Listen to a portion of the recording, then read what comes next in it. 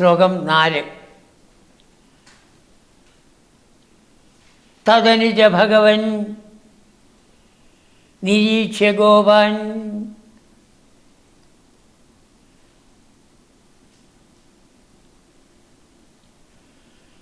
ഗോപന്മാരെ കണ്ടു. അതികുതുകാൽ എന്നതില്ലാത്ത കൗതുകത്തോടുകൂടി അവരടുത്തു പോയി. ഉപഗമ്യ മാനയിത്വ അവരെല്ലാവരെയും ബഹുമാനിച്ചു.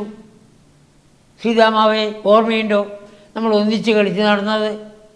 അങ്ങനെ ഓരോരുത്തരുടെയും പേരെടുത്ത് വിളിച്ച് അവർക്ക് എന്തൊന്നില്ലാത്ത സന്തോഷമുണ്ടായി.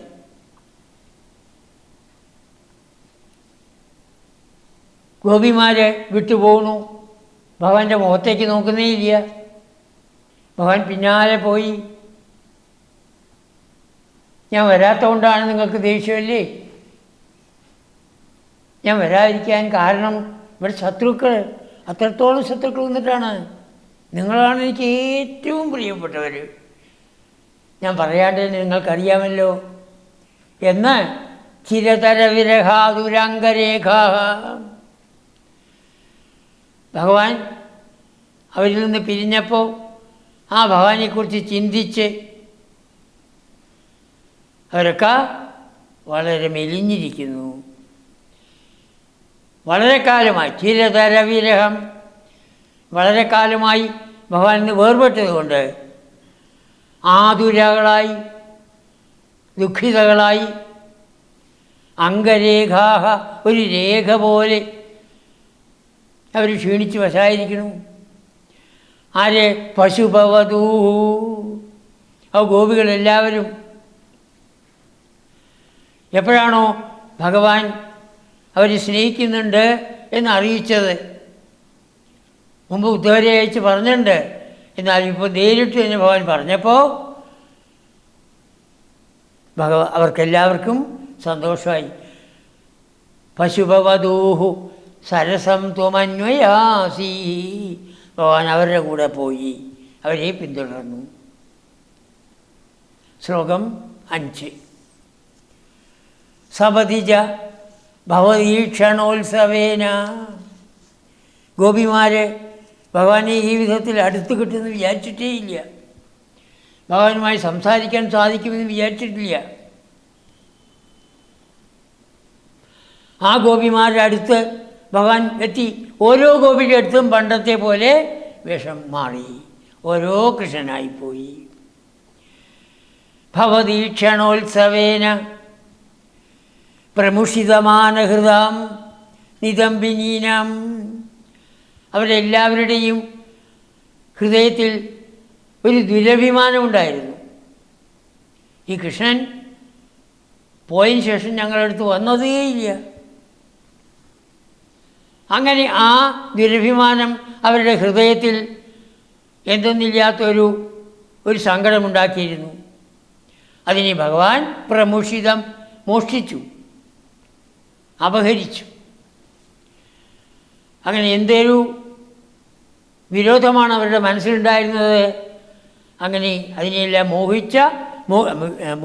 മോഷ്ടിച്ച ആ നിതംബിനീനാം, നിതംബികളുടെ ആ സുന്ദരിമാരുടെ അടുത്ത് പോയി. അതിരസ പരിമുക്ത കഞ്ചുളീയേ. പണ്ടത്തെ അനുരാഗമേതോ ആ അനുരാഗം തന്നെ ഭഗവാൻ ഇവിടെ പ്രദർശിപ്പിച്ചു.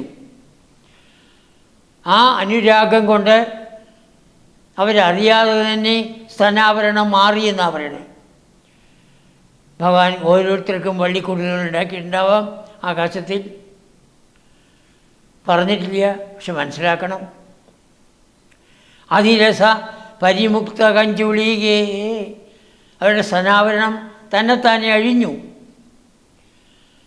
അങ്ങനെ അവരുമായി ഭഗവാൻ പരിചയഹൃദ്യതരേ കുചേന ലൈഷീ.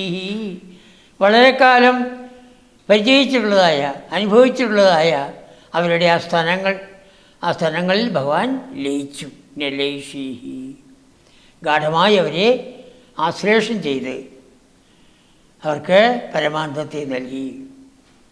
ഭഗവാന് ആനന്ദത്തിന് പുറത്തൊരു വസ്തുവിൻ്റെ ആവശ്യമില്ല. പക്ഷേ ആ ഗോപികളെ സംബന്ധിച്ചിടത്തോളം അവർക്ക് ഏതൊരാനന്ദമാണോ പണ്ട് രാസക്രീഡയിൽ നൽകിയത്, ആ ആനന്ദത്തിന് ഇവിടെ ഇപ്പോൾ 3 മാസമാണ് വരാൻ പോകുന്നത്. ഈ 3 മാസക്കാലം ഭഗവാൻ അവർക്ക് നൽകുകയുണ്ടായി. രാധ വിടുവോ? ഇല്ല. ശ്ലോകം 6. എന്നാലും കൃഷ്ണ ഇടയ്ക്കൊന്ന് വന്നിട്ട് പോകാമായിരുന്നില്ലേ? രിപുജനകലഹൈ പുനഃപുനർമേ. എന്താ രാധ നീ പറയണത്? എത്ര ശത്രുക്കളാണ് വന്നത് അറിയോ? അവരുടെ കലഹം മൂലം വീണ്ടും വീണ്ടും യുദ്ധം ചെയ്യേണ്ടി വന്നു. സമുപഗതൈരി യദീ വിളംബനാഭുൽ. അങ്ങനെയാണ് ഇത്രത്തോളം വിളംബനം, താമസം ഉണ്ടായത്. നിങ്ങളെല്ലാവരും ഒന്നിച്ചു കാണാൻ പറഞ്ഞിട്ടില്ലേ ഞാനിതിവിടെ ഏർപ്പാട് ചെയ്തത്?